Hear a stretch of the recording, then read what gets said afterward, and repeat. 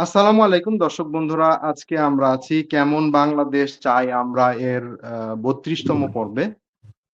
আমাদের সাথে আজকে অতিথি আছেন ডক্টর আ মনজুর আহমেদ চৌধুরী। আ আ স্যার সাবেক চেয়ারম্যান জাতীয় নদী রক্ষা কমিশনের। আসসালামু আলাইকুম স্যার। ধন্যবাদ নমস্কার। আপনার জি, ব্যস্ত সময়ে আমাদেরকে সময় দেওয়ার জন্য। আপনার প্রতি কৃতজ্ঞতা। আপনাকে স্বাগতম আমাদের অনুষ্ঠানে। ধন্যবাদ। স্যার আপনি জানেন আজকে আমাদের বিষয়টা যেটা আমরা বলেছিলাম যে আজকে আমাদের আলোচ্য বিষয় হচ্ছে বাংলাদেশের সার্বভৌমত্ব, জাতীয় ঐক্য, উন্নয়ন ও স্থিতিশীলতা। আপনি হয়তো জেনে থাকবেন আপনি প্রতিনিয়তই বিভিন্ন টক শোতে কথা বলছেন। আ আপনার সব বিষয়ে মোটামুটি জানা আছে বর্তমানের যে আলোচ্য বিষয়গুলি। অ্যা তার মধ্যে যে আলোচ্য বিষয়গুলিতে তার ভিতরে কিন্তু বাংলাদেশের সার্বভৌমত্ব নিয়ে যে প্রশ্নবিদ্ধ করা যায়, আ কিছু একটা গোষ্ঠী এটা নিয়ে একটা বাংলাদেশের সার্বভৌমত্ব কোয়েশ্চেন করার মতন পরিস্থিতি তৈরি করার চেষ্টা করছে। আমাদের ঐক্য ভাঙার চেষ্টা করছে। উন্নয়ন বাধাগ্রস্ত হচ্ছে এবং বাংলাদেশের সর্বোপরি যে স্থিতিশীলতা আছে সেটাকে উম উম স্থির থাকতে দিচ্ছে না তারা।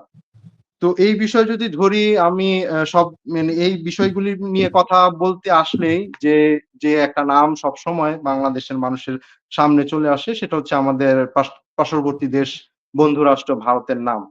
আ স্যার আপনি কিভাবে দেখেন এই অবস্থাটাকে এবং বাংলাদেশ ভারতের বর্তমান যে সময়ের যে আমাদের যে সম্পর্কটা রয়েছে যেটা আমরা আগে জানতাম যে আওয়ামী লীগ রেজিমে যেটা আমাদের খুব বড়াই করে বলা হতো যেটা স্বামী-স্ত্রীর একটা সম্পর্ক। যেদিন আবার নতুন যে বাংলাদেশে ভারতীয় হাই কমিশনার এসেছেন, তিনি আবার অনেক কিছু বলতে গিয়ে বলে ফেলেছেন যে, "আমরা ভাই-বোনের রিলেশন এর মধ্যে আছি।" তারপরে যেমন আমাদের ক্রিকেট টিমটা এক হবে। আমরা ১৪০ কোটি প্লাস ২০ কোটি, ১৬০ কোটি সবাই মিলে এক করে থাকবো। আসলে জিনিসটা কি? আমরা কোন দিকে যাচ্ছি? আর কিভাবে দেখছেন আপনি স্যার? না আমি অনেকটা হতাশাব্যঞ্জক আ দৃষ্টিতেই দেখছি। কারণ বাংলাদেশ ভারত সম্পর্ক এখন তলানিতে আছে। এখানে এটার কোনো উন্নতি আ দেখা যাচ্ছে না। এখানে আপনি যদি দেখেন যে ভারত বাংলাদেশ সম্পর্কে যদি এক ধরনের উত্তেজনার সৃষ্টি হয়, তাহলে কিন্তু কিছু, কিছু লোকজন লাভবান হয়। ভারতে যেমন জি, শুভেন্দু আ অধিকারী, উনি যে নির্বাচনে জিতলেন, জেতার পেছনে কিন্তু জি, একটাই ছিল যে উনার মুসলমান বিদ্বেষী কথা, বাংলাদেশ বিদ্বেষী কথাবার্তার ফলে ওনাদের ওইখানে অনেক হিন্দু ভোটার আ উনাকে ভোট দিচ্ছেন। সেজন্য জি। বিজেপি পশ্চিম বাংলায় উন্নতি মানে সরকার গঠন করতে পারছে। গঠন করতে আবার এট দ্য সেম টাইম এসব কথার ফলে আমাদের এখানে যারা আছে যে মৌলবাদী যেমন জামাত ইসলাম জি, সেটা সেই সুযোগটা পেয়েছে এবং দেখবেন যে জি। বর্ডার এলাকা দিয়ে আপনার অনেক তারা সিট ভালো ফলাফল যেমন করেছে। পেয়েছে জি, জি। ভালো ফলাফল পেয়েছে। করেছে। এখন এইখানে যে ভারতের পক্ষ থেকে যাকে দেয়া হলো, আপনার ওই হাই কমিশনার হিসেবে নিয়োগ দেয়া হলো, উনি একজন বড় মাপের রাজনৈতিক নেতা। উনি একসময় তৃণমূলের ছিলেন। তারপরে জি, আরো কিছু দলে ছিলেন। পরে উনি থিত হয়েছেন বিজেপিতে। উনি কেন্দ্রীয় রেলমন্ত্রীও ছিলেন, ইউনিয়ন মিনিস্টার ছিলেন। ভারত ভাবছিল যে একজন পলিটিক্যাল লিডারকে যদি আমরা পাঠাই, তাহলে যেটা হবে যে বা বাংলাদেশের রাজনৈতিক আ নেতাদের সাথে ডাইরেক্ট ডিল করতে পারবেন এবং জি, ভারতের নেতাদের সাথে উনি ডাইরেক্টলি ডিল করতে পারবেন। উনার অতটা প্রফেশনাল যে ডিপ্লোম্যাটরা আছেন, ওই ধরনের চ্যানেল দিয়ে যেতে হবে না। এটা জি। তাড়াতাড়ি বাংলাদেশের সম্পর্ক উন্নতি করবে। জি, বাংলাদেশ-ভারত সম্পর্কটা। কিন্তু হিতে বিপরীত হইছে। উনি যখন আসলেন এই এই বেনাপোল আ ওই যে আপনার চেকপোস্ট দিয়ে যখন আসলেন, আসার পরে উনি যে কথাগুলি বললেন, কথাগুলি বাংলাদেশের জনগণ ভালোভাবে নেয়নি। উনি বললেন জি, যে ভারতের ১৪০ কোটি, আমরা ২০ কোটি মিলে ১৬০ কোটি লোক হলে অনেক কিছু হয়ে যাবে। কিন্তু ভারত, বাংলাদেশ, পাকিস্তান, শ্রীলঙ্কা, নেপাল, ভুটান মিলে তো একটা অর্গানাইজেশন আছে যার নাম সার্ক। এই জি, সার্ককে উনি বাদ দিয়ে দিলেন। বাদ দিয়ে উনার হলো যে ভারত বাংলাদেশ এক হইতে হবে, এক হইলে অনেক শক্তি হবে, যে না হয় তাহলে হবে না। একই আকাশ, একই বাতাস। কিন্তু বললেন না যে একই নদ নদী। সেটা জি, কিন্তু উনি বললেন না। এইসব বিষয় যদি আপনি দেখেন, যে তারপরে তো পুশিন হচ্ছে। এই প্রতিনিয়তই তারা আ বাংলাভাষী মুসলমানদেরকে, পশ্চিম বাংলার যেসব মুসলমান আছে তাদেরকে ধরে এনে পুশিং করতেছে এই বর্ডার দিয়ে। তো সেটা অমানবিক। অনেকে ৩ দিন ৪ দিন ওই বর্ডার এলাকায় না খেয়ে, পরিবার পরিজন নিয়ে না খেয়ে থাকতেছে। বাংলাদেশের পক্ষে কথা হচ্ছে যে এরা যদি বাংলাদেশের প্রকৃত নাগরিক হয় তাহলে আমরা এদেরকে নিয়ে নেব। এটা তো দায়িত্ব আমাদের। কিন্তু জি, আপনি কাগজপত্র দেখান যে এরা অ্যাকচুয়ালি বাংলাদেশের নাগরিক। যে কাগজপত্র সহ এদেরকে বিজেপির কাছে হ্যান্ডওভার করেন, কিংবা জি, আমাদের এমবাসি হাই কমিশনের কাছে হ্যান্ডওভার করেন। এগুলি না করে আপনারা এই লোকগুলিকে, অসহায় লোক, প্রান্তিক জনগোষ্ঠী, তাদেরকে আপনারা একেবারে একটা অমানবিক পরিস্থিতির মধ্যে ঠেলে দিচ্ছেন। এইসব কারণে ভারতের সাথে যে সম্পর্কটা, তারপরে আরেকটা ইস্যু আছে। সেটা হচ্ছে যে আমাদের সাথে পানির সম্পর্ক। যেমন তিস্তা, তিস্তা নিয়ে জি, অনেক সময় বাধা দিচ্ছে। আমরা যদি জি, একটা প্রজেক্ট করি চায়নার সাথে, সেখানে কিন্তু তারা বাগড়া দিয়ে বেড়াচ্ছে। এট দ্য সেম জি, টাইম পদ্মার যে পানি, গঙ্গার জি, যে পানি, এইটার যে চুক্তি ছিল সেই চুক্তি এক্সপায়ার করে ডিসেম্বরে। তো সেখানে নানাবিধ কথা অলরেডি বলছে। এখন এই জি, সবকিছু মিলাইয়া দেখতে গেলে ভারত বাংলাদেশ সম্পর্ক তলানিতে পৌঁছে গেছে। তবে প্রাগমেটিক ব্যক্তি হিসেবে আমি মনে করি যে ভারতের সাথে আমাদের একটা ভালো সম্পর্ক থাকা উচিত। একটা সেই সম্পর্কটা ন্যায্যতার ভিত্তিতে হবে। সেই সব স স সম্পর্কটা আমাদের সার্বভৌমত্বের নিয়েই আমরা কথা বলব। আমরা জি, তাদের আধিপত্যবাদকে বেছে মানব না।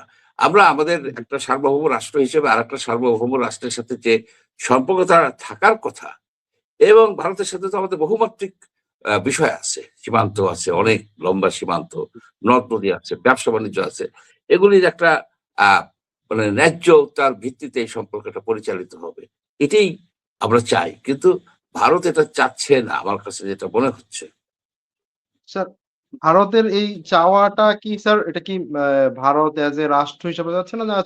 ভারতের যেই আ মানে পলিটিক্যাল আ আম দলটা বর্তমানে শাসনে আছে তাদের সমস্যা, না এটা ভারত রাষ্ট্র হিসাবেই সমস্যা মনে করছেন এটা?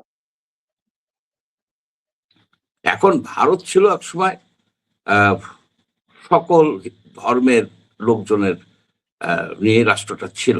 এখানে একটা সেকুলার রাষ্ট্র ছিল। ভারত ছিল জি, ইন্ডিয়া। জি, ইন্ডিয়া বলা হতো। এখন এটা হয়েছে হিন্দুস্থান। জি, এই হিন্দুস্থানে এই যে হিন্দুত্ব যে মৌলবাদ বিজেপির, আরএসএস এর যে যে অখণ্ড ভারত হতে হবে, সবার একই ধর্ম হতে হবে।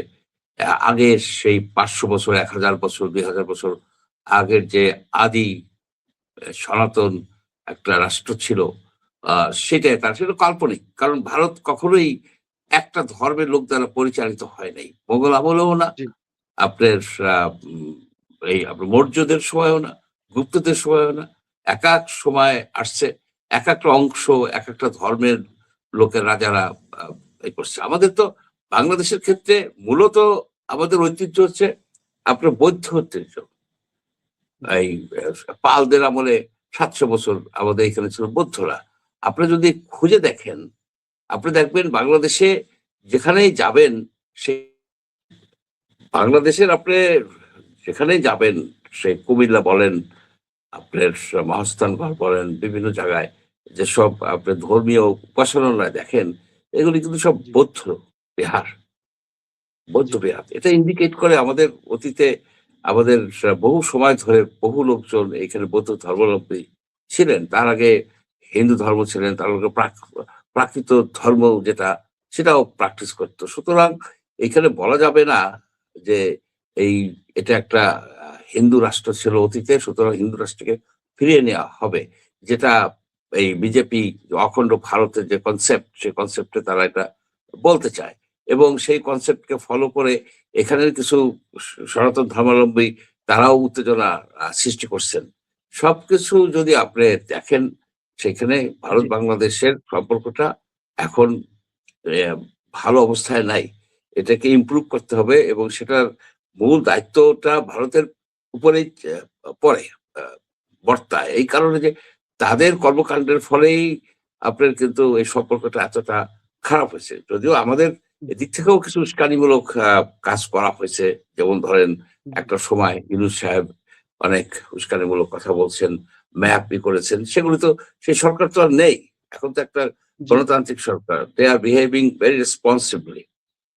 জি।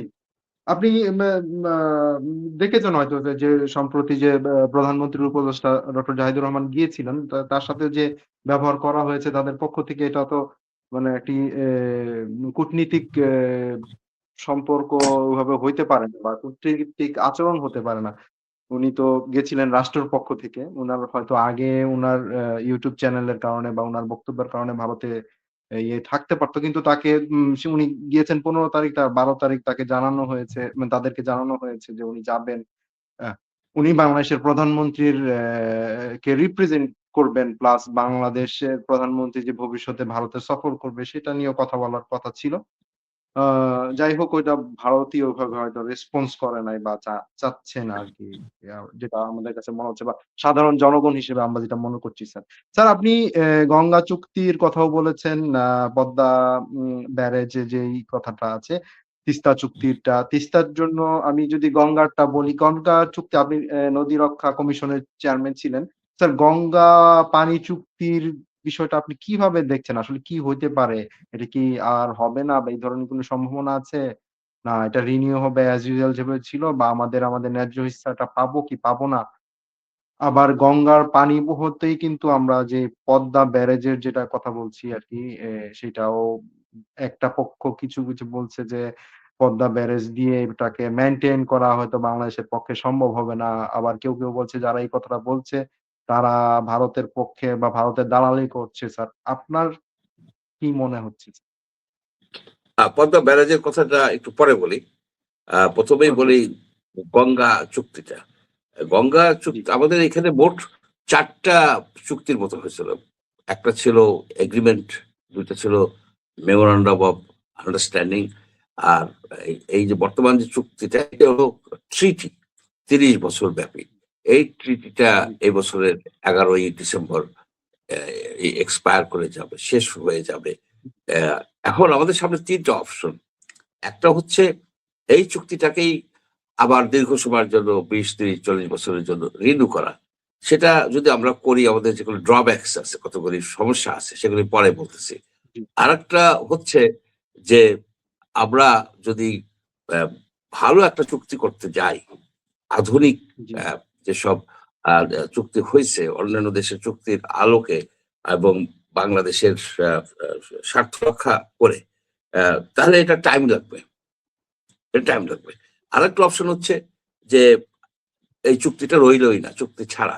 একবার ৮ বছর আমাদের কোন চুক্তি ছিল না। চুক্তি ছাড়াটা হচ্ছে ওয়ার্স্ট কেস সিনারিও।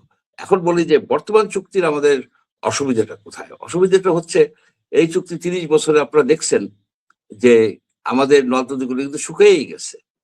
আপনার জি, সেই করাই, আ মধুমতি, মাথাভাঙ্গা, হিসনা, তারপরে আরো বেশ কিছু নদী এবং আমাদের যে লবণাক্ততা, যেটা স্যালানিটি কিন্তু আরো ভিতরের দিকে চলে আসছে। যার ফলে আমাদের সুন্দরবনের, বিশেষ করে পশ্চিমাল অঞ্চলের সুন্দরবনের সুন্দরী গাছে এক ধরনের স্যালানিটির জন্য, আপনার লবণাক্ততার জন্য একটা ডিজিজের মতো হয়েছে। ডাই ব্যাক বলে। বেশ আ বেশ ক্ষতি হয়েছে। আর এট দ্য সেম টাইম যে বায়োডাইভার্সিটি, অর্থাৎ আ জলজ যেসব প্রাণী, বিশেষ করে মাছ, এদের সংখ্যাও জি, কিন্তু কমে গেছে। এই বর্তমান চুক্তি থাকা সত্ত্বেও, সুতরাং এই চুক্তিটা যে খুব ভালো হয়েছে তা কিন্তু না। এই একটা সমস্যা। এখানে কোনো গ্যারান্টি ক্লজ নাই এবং আরবিট্রেশন, অর্থাৎ ২ পক্ষের মধ্যে যদি কোন রকমের দেখা যায়, মতদ্বৈধতা দেখা যায়, সেটাকে ৩য় পক্ষের কাছে দেয়া, আরবিট্রেটর এর কাছে দেয়া যে, "তুমি সব বিচার করে দেখো।" সব চুক্তিতে সেটা থাকে। এখানে সেটা নাই।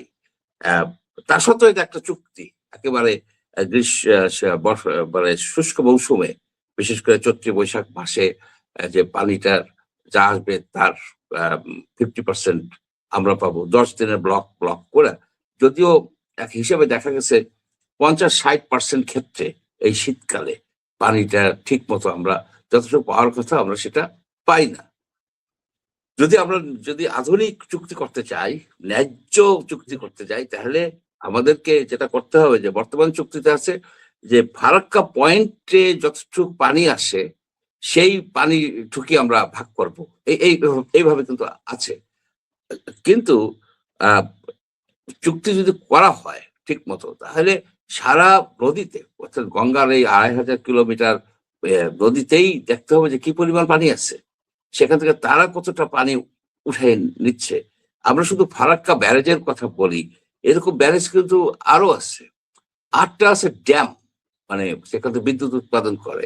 আপনার সেই উত্তরখণ্ডে যেখানে আপনার জি, অলোকনন্দা এবং ভাগীরথী দুইটা নদী, গঙ্গোত্রী হিমাবহ থেকে শুরু হয়েছে, সেই জায়গায় কিন্তু অনেকগুলি ড্যাম আছে।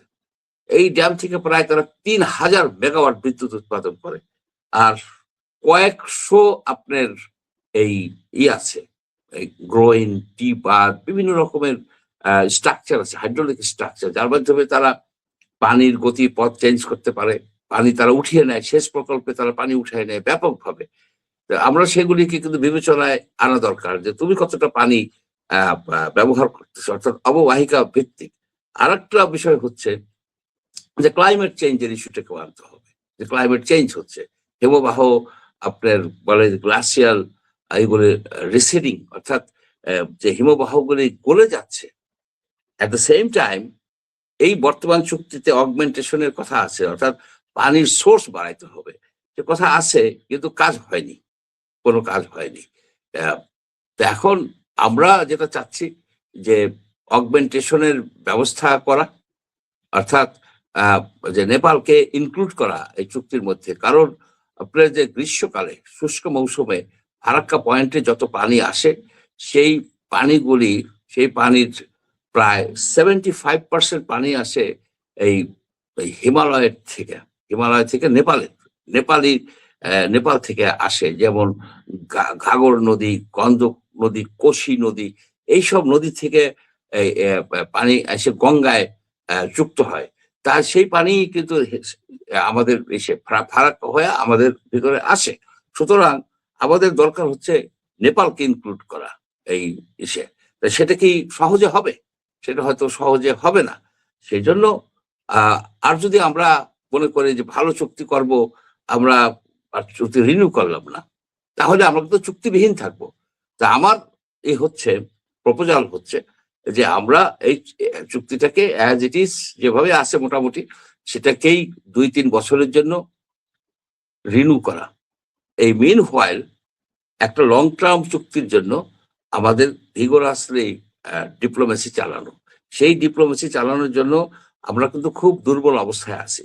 আমাদের একটা ফরেন মিনিস্ট্রিতে একটা সেল করা দরকার, যেখানে ডিপ্লোম্যাটরা, হাইড্রোলজিস্টরা, ইকোলজিস্টরা এবং পরিবেশবিদরা, তারপরে নদী, ইন্টারন্যাশনাল নদী আইনের যারা এক্সপার্ট, তাদেরকে নিয়ে একটা সেল করা দরকার এবং একটা ভালো একটা চুক্তি ভারতের সাথে করা দরকার। এবং এই চুক্তিটাকে একটা ফ্রেমওয়ার্ক চুক্তির আওতায় আনা উচিত, ফ্রেমওয়ার্ক চুক্তি করা জি, উচিত। কারণ ভারতের সাথে আমাদের অনেকগুলি নদী আছে, শুধু 54টা আন্তঃসীমান্ত নদী না। কিছু আছে যে জি, সীমান্ত নদী, কিছু আছে আন্তঃসীমান্ত। আন্তঃসীমান্ত নদী কমপক্ষে 124টা নদী আছে। এই নদীগুলি যদি একটা একটা করে আমরা করতে যাই, চুক্তি করতে যাই, বহু বছর কেটে যাবে। একটা চুক্তি হয়েছে আপনার ৫-৫০ বছর ধরে, তো বাকি জি, ১২৪টা আপনি কবে করবেন? সুতরাং একটা ফ্রেমওয়ার্ক চুক্তি করা দরকার, যে চুক্তির আলোকে অন্য চুক্তিগুলি, অন্য নদীগুলিকেও আপনার এইভাবে আনা যেতে পারে। জি। স্যার, আপনি পদ্মা ব্যারেজ নিয়ে বলবেন বলছিলেন যে পদ্মা ব্যারেজে কিছু এনভায়রনমেন্টালিস্ট, কিছু ইকোনমিস্ট, আহ এরা পদ্মা ব্যারেজ নিয়ে তাদের রিজার্ভেশন, তারা বলছেন জি, যে পদ্মা ব্যারেজ যদি হয় তাহলে ডাউন স্ট্রিমে, অর্থাৎ পাংশার জি, থেকে নিচে সেই গোয়ালন্দ থেকে একেবারে মেঘনা পর্যন্ত, তাহলে একটা বলছেন যে পলি কমে যাবে, পলি যেতে পারবে জি, না, এটা বলছেন জি, ওনরা। কিন্তু জি, সেইটা যুক্তিটা কিন্তু খুব একটা জোরালো যুক্তি না।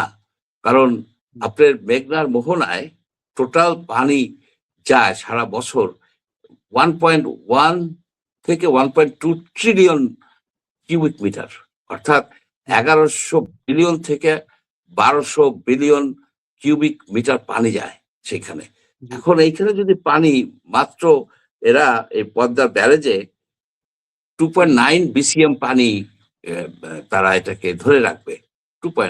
জি, 2.9 অর্থাৎ 3 অর্থাৎ যত পানি যায় সারা বছর তার তার মাত্র 0.03% পানি কম যাবে। ওই সময় জি, যাবে, কম যাবে। এই জিনিসটা হচ্ছে খুব বড় কিছু না। Ecological G, point of view তে এটার চুলচেরা বিশ্লেষণ করলেও এটার কোনো ইমপ্যাক্ট হবে না। এটা একটা ভুল জি, কথা। ওনারা ভাবতেছেন যে এই পানিটা গ্রীষ্মকালে আ আ এ বন্ধ হয়ে যাবে। গ্রীষ্মকালে বন্ধ হবে না। পানি তো তারা রিলিজ করবে। বরং গ্রীষ্মকালে পানি এসব ইসে একটু বেশিই যাবে আগের তুলনায়। আরেকটা জি, বিষয় তারা বলেন যে পলি পড়ে যাবে। প্রথমত পলি ফারাক্কার আগেই তো অনেক পলি হয়ে যায়। প্রায় 20% পলি জি, কম আসে। জি, 20% পলি কম আসে। আর যখন পানিটা ব্যারেজে ধরা হবে হচ্ছে অক্টোবর-নভেম্বরে। কিন্তু এই পলিটা বেশি পলি আসে, সবচেয়ে বেশি পলি আসে হইতেছে আপনার এই জুলাই, অগাস্ট, সেপ্টেম্বর ওই সময় পলিটা আসে। ওই সময় তো আপনার ব্যারেজের সব দরজা খোলা। সুতরাং জি, পলি নিয়ে খুব চিন্তা করার প্রয়োজনীয়তা চিন্তা করেন। নাই। হুম, নাই।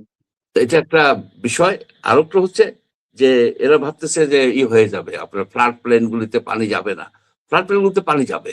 আ তবে একটা জিনিস আমি বলতে চাচ্ছি, জি, পরিবেশগতভাবে যে ডিজাস্টার হবে এইটার ফলে তা কিন্তু না।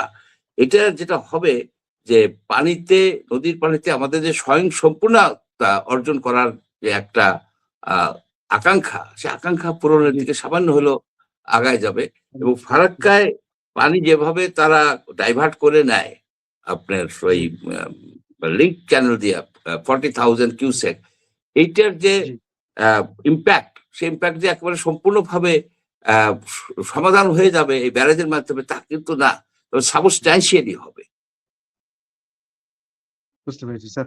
স্যার যদি আপনি জানেন আমাদের বর্তমান প্রধানমন্ত্রী উনি বর্তমানে মালয়েশিয়া সফরে আছেন। তারপরে যাবেন চীন সফরে। এম আ উম অনেকে বলে থাকেন যে সরাসরি চীনে গেলে হয়তো ভারতের কাছে একটু দৃষ্টিকটু রাখতো। সেজন্য উনি ১ম এ বেছে নিয়েছেন মালয়েশিয়াকে। সেটা উনারও ইচ্ছা ছিল যে আগে হয়তো দক্ষিণ এশিয়ার অন্য কোনো দেশে উনি সফর করে তারপরে এই পরাশক্তিদের কাছে যাবেন। অ্যা চীন সফরে যেটা আমাদের পররাষ্ট্রমন্ত্রীও বলেছেন যে তিস্তার ব্যাপারে যে তিস্তা প্রকল্পে চীনের বড় একটা ইনভেস্টমেন্ট আসার খুব সম্ভাবনা রয়েছে। সেটা আপনি কিভাবে দেখছেন? এখানে তো ইনভেস্টমেন্ট এর থেকেও বড় কথা হচ্ছে যে ভারতের একটা আছে, রিজার্ভেশন আছে। এই তিস্তা ব্যারেজে এই চাইনিজদেরকে ইনভলভ করা। কারণ ওটা আপনার ওই বর্ডার থেকেই আসে। শিলিগুড়ি করিডোরের খুব কাছে। এবং জি, চাইনিজরা অনেক সময় দেখা যায় যে তারা তাদের তাদের বেল্ট অ্যান্ড আ রোড প্রজেক্টের অংশ হিসেবে তারা অনেক জায়গায় কাজ করে। এটা তাদের জি, একটা আ অবজেকশন তো থাকেই। জি, অবজেকশন তো তাদের থাকবে। তাদের একটু উপেক্ষা করে আমাদের আ আগাতে হবে। আরেকটা আমি মনে করি কি যে এই আমাদের সাথে এখন তো আমেরিকার সম্পর্ক খুবই ভালো। আমরা জি, চুক্তি করছি আমরা। বিশাল চুক্তি করে ফেলছি। আমরা কেন জি, এই ইউএস কে আমরা কেন ইনভলভ করি না? এই তিস্তা ব্যারেজ তৈরি করায়। আমেরিকার যে আছে ইউএস ইঞ্জিনিয়ার কোর, ওদের দায়িত্ব জি, কিন্তু সকল নদীগুলিকে রক্ষা করা। আমেরিকার জি, নদীগুলি কিন্তু ইঞ্জিনিয়ার কোর, আমেরিকান জি, সেনাবাহিনীর ইঞ্জিনিয়ার কোর তারা সেনাবাহিনী মেইনটেইন করে। হ্যাঁ, জি, তাদের বিষয়ে যথেষ্ট এক্সপার্টিস আছে। তারপরে জি, আপনার university of Georgia river research centre আছে। যারা জি, নদী-টদী নিয়ে এইভাবে করে। তো আমরা চীনকে ইনভলভ করতে চাচ্ছি, ভালো কথা। চীনের থেকে যদি আমরা আমেরিকাকে ইনভলভ করি না কেন? সেখানে তো ইন্ডিয়ার কোনো বাধা দেওয়ার কোনো থাকবে না, রাইট? তখন হয়তো এটি হচ্ছে তখন হয়তো আবার চীন বাধা দিবে স্যার। চীন তখন তো হয়তোবা বাধা আবার চীন দিতেই বাধা পারে। দিবে। আমরা সব বাধা, জি, হ্যাঁ, আমরা চীন বাধা দিবে কি যুক্তিতে? সেখানে তখন বাধা দিতে পারবে না চীন। আর সব বাধা দিলেই আমরা বাধা মানবো কেন? বাধা দিলেই তো আমরা বাধা মানবো না। আমরা যখন পদ্মা ব্যারেজটাকে একটাকে পাস করায় নিছি, আমরা তো জি ভারতের কাছে স্যার। জিজ্ঞেস করি নাই। এটা জি, একটা গুড ভারতের কাছে জিজ্ঞেস করলেই জি, তারা জি, ১,০০০ করতো যে ব্যাক ওয়াটার ফ্লো হবে ইত্যাদি, ইত্যাদি হবে। জি, এটা ফার জি, away from Farakka ১৪৫ mile kilometre দূরে। জি, সুতরাং এখানেও তাদের কোনো ইমপ্যাক্ট হওয়ার কথা না। কোনোভাবেই ইমপ্যাক্ট হওয়ার কথা না। তারপরে সেজন্য জি, জিজ্ঞেসই করা হয় নাই। আমরা আমাদের যে জি, ভারতও তো জিজ্ঞেস করে না। আপৃষ্টিমে জি, বরং আমাদের ক্ষতি হয়। সেটা কিন্তু জিজ্ঞেস করে না জি, তারা কখনো। না, জি। আমাদের দেশের অভ্যন্তরীণ বিষয়গুলির ডিসিশন যদি আমরা নিতে পারি, সেক্ষেত্রেই ভালো হয় স্যার। স্যার, সর্বশেষ একটা বিষয় যদি আপনি মন্তব্য করতে চান, সেটা হচ্ছে বর্তমানে আপনি ব্যাংকিং খাতগুলিকে কিভাবে দেখছেন? বাংলাদেশের ব্যাংকিং খাত আপনি জানেন যে অনেকগুলি ব্যাংকই খুবই নড়বড়ে অবস্থায় আছে এবং রিসেন্টলি আরেকটা যেটা শোনা যাচ্ছে সেটা হচ্ছে সিটি ব্যাংকের সিটি গ্রুপের ফল ডাউন হয়ে যাওয়ার কারণে অনেকগুলি ব্যাংকের এটা প্রভাব পড়ার সম্ভাবনা বলছে অনেকে। আসলেই কোন দিকে যাচ্ছে এটার থেকে করে এইসব আ খবরে কিন্তু আসলে সাধারণ যারা আমানতকারী আছি আমরা তাদের উপরে ভালো একটা প্রভাব পড়ে। কারণ অলরেডি ছোট, ছোট আমানতকারীরা টাকা পাচ্ছে না বিভিন্ন ব্যাংক থেকে। খুব কষ্টে আছে তাদের মানে জীবনের শেষ সঞ্চয়টা রেখে যেটা মনে করেছিল যে আস্তে, আস্তে হয়তো চলবে সেটা তারা চালাতে পারছেন না। অনেকেই আটকে আছেন। তো স্যার এটার কি সমাধান মনে করছেন আপনি? বা সমাধান ইয়ে তো করতে বলতে পারবো না খুব একটা। কারণ আ এটা একটা জটিল বিষয় হয়ে দাঁড়াচ্ছে। সিটি ব্যাংকের কথাটা বলি। সিটি সিটি ব্যাংকের গ্রুপ যে লোনটা, সিটি গ্রুপের যে জি, সরি সিটি গ্রুপের যে লোনটা, এই লোনগুলি বাংলাদেশের সব ব্যাংকই বিদেশি ২ টা ব্যাংক সহ তারা জি, দায়িত্ব নিচ্ছে। তারা জি, সেইখানে সিটি গ্রুপকে ডিফল্টার হতে দিচ্ছে না। এটা একটা মনে করি একটা ভালো উদ্যোগ। কারণ তাদের যে প্রবলেমটা সেটা জেনুইন প্রবলেম ছিল। তাদের ফাউন্ডার মারা গেছিল। যে মানে জি, জি, তারপর একটা দুর্বল হয়ে গেছিল। পরে এলসি-টেলসি নিয়ে অনেক ঝামেলা হইছে। তাদের লস করছে, জেনুইন লস। এখানে সবগুলি ব্যাংক মিলে ফান্ড রেইজ করে আ বিদেশীয় ২ টা প্রতিষ্ঠান আছে শুনছি। আ জি, রেইজ করে এটাকে ফ্লোটিং করে রাখবে এবং এখানে তাদের ব্যাংকের প্রতিনিধি থাকবে তাদের বোর্ড অফ ডাইরেক্টরস এ। এটা একটা ভালো একটা positive hmm, sign. At the same time যদি আপনি অন্য ব্যাংকগুলির কথা ভাবেন, সে ব্যাংকগুলিকে তো প্রথমতই ধ্বংস করে দিছে এস আলম এবং আরো অনেকেই। শুধু এস আলম জি, না। আরো অনেকেই ছোট বড় মিলে বাংলাদেশের ব্যাংকগুলিকে ধ্বংস করছে। লাস্টে এসে একটা মানে ইসের উপরে কি বলবো যে পিঠের উপরে ছুরিকাঘাত করছে এই যে আগের যে ছিল আ বাংলাদেশ ব্যাংকের গভর্নর ছিল আহসান জি। এই মনসুর ম সাহেব। ম ম মনসুর উনি হাসান চৌধুরী জি। মনসুর হ্যাঁ, আচ্ছা আহসান মনসুর। উনি আচ্ছা, বললেন একদিন যে এই ৬ টা ব্যাংক আ ডিফল্টার হয়ে যাবে, ব্যাংক্রাফট হয়ে যাবে। কোন একজন সেন্ট্রাল ব্যাংকার যে এই ধরনের কথা বলতে পারে এটা আমি জি, কখনোই ভাবি নাই। যার ফলে হয়েছে জি, কি ব্যাংক রান যেটা বলে আমেরিকাতে জি, ব্যাংক রান অর্থাৎ জি, যতগুলি ডিপোজিটর ছিল যতদূর পারছে সব টাকা উঠিয়ে নিয়ে গেছে। আর কেউ টাকা জমা জি, রাখে নাই। জি, ব্যাংকগুলিকে জি, এখন এক করতেছে। এই এই ৫ টা ৬ টা ব্যাংককে এক কইরা তা আপনার 0 প্লাস 0 তো 0 ই হয়। জি, আপনার 0 প্লাস 0 তো 0 ই হয়। এটাই হচ্ছে এখন দেখা যাক কি হয় যে এটাকে সম্মিলিত ব্যাংক হিসেবে করছে। তবে সহজে আমরা এটা কাটায় উঠতে পারব না। লোকজনের আস্থা চলে যাচ্ছে। সরকারকে পরামর্শ দিতে পারতাম যদি সম্ভব হতো যে আপনারা এটলিস্ট 20-30% টাকা ছাপাই হলেও ব্যাংকে দিয়ে দেন কাস্টমারদেরকে যেন ডিপোজিটের 20% টাকা পাক, 30% টাকা পাক। জি। তাহলে তাদের স্যার আস্থাটা আপনি থাকবে এবং আপনি জানবেন হয়তো স্যার বা যেটা মানে বর্তমানে বাংলাদেশ ব্যাংকে প্রায় ১৭,০০০ কোটি টাকা ছাপানোই আছে যেটা বঙ্গবন্ধু যে শেখ মুজিবের নামে যে ছবি সম্বলিত যে নোটগুলি ছিল সেটাও কিন্তু রাজনৈতিক কারণেই তার ইন্টারিম গভর্নমেন্টও ছাড়ে নাই। বর্তমান সরকারও ছাড়বে কিনা জানি না। কিন্তু এই টাকাগুলি পড়ে আছে। এটা ইউজলেস হিসাবে আছে কিন্তু। তো মানে এগুলি না থাকতে দিয়েও পারে, কিন্তু সেটা তো বাজারে মেইন কিন্তু কথা আপনি না। পাবেনই। শেখ মুজিবের টাকা কিন্তু পাওয়াই যায় বা বাজারে আছে। ইউজ হচ্ছে। তারপরেও এখনো যদি আছে, এগুলি এখনো পুরনো হয়ে জি, গেছে। জি। আ এখন মানে আপনার আপনি নতুন নোটও ছাড়ছে। নতুন জি, নোটও তারা ছাড়ছে। নোট ছাড়াটা মেইন কথা জি, না, ডিসিশন। নোটটা জি, তো একটা জাস্ট এক ধরনের চেক, যে চাহিদা মতো জি, ৳৫০০। তবে এইটা জি, তারা কারো যেকোনো ছবি দিয়ে ছবি ছাড়া ছাপাইতে পারে। That's not the point. Point হচ্ছে যে এইখানে আপনার ব্যাংকের যারা ডিপোজিটার, তাদের আস্থাটা আপনি ফিরিয়ে আনতে হবে। তাদের যদি আস্থা ফিরে না আসে, এ জি, যদি দেখেন যে লোকের ৳৪০,০০,০০০ জমা আছে, সে ৳৪০,০০০ জি, কেন, ৳৫,০০০ জন্য তার সকাল বিকাল ঘুরতে হচ্ছে। ম্যানেজাররা জি, পালিয়ে বেড়াচ্ছে। এইসব ব্যাংকের জি, ব্রাঞ্চ ম্যানেজাররা। জি, তো এইভাবে তো ব্যাংক চলতে পারে না। ব্যাংকিং সেক্টর চলতে জি, পারে না। সেজন্য গভর্নমেন্টের একটা করা দরকার। একটা ড্রাস্টিক জি, দরকার। অর্থাৎ তাদের যে ডিপোজিটের দায়িত্ব যদি গভর্নমেন্ট নেয়, যে ঠিক আছে, আমি নিলাম, আমি তোমাকে টাকা দিয়ে দেব। আজকে পারব না। প্রত্যেক জি। বছরে দিব। তাহলেও কিন্তু লোকজন আ আস্থা ফিরে পাবে যে না, আমাদের জি, টাকাগুলো সম্পূর্ণভাবে আ বাজেয়াপ্ত হয়ে যাচ্ছে না। জি। কিছু টাকা ফেরত দিলে হয়তো মানুষের মধ্যে আস্থা আসবে যে না ব্যাংকটা ফাংশন হচ্ছে এবং গভর্নমেন্ট এটা নিয়ে কাজ করছে। ধন্যবাদ স্যার আপনার মূল্যবান মন্তব্যের জন্য। আমরা আশা করব ভারত বাংলাদেশের যে নদী বিষয়ক আ চুক্তি বা নদী বিষয়ক গবেষণাগুলি আছে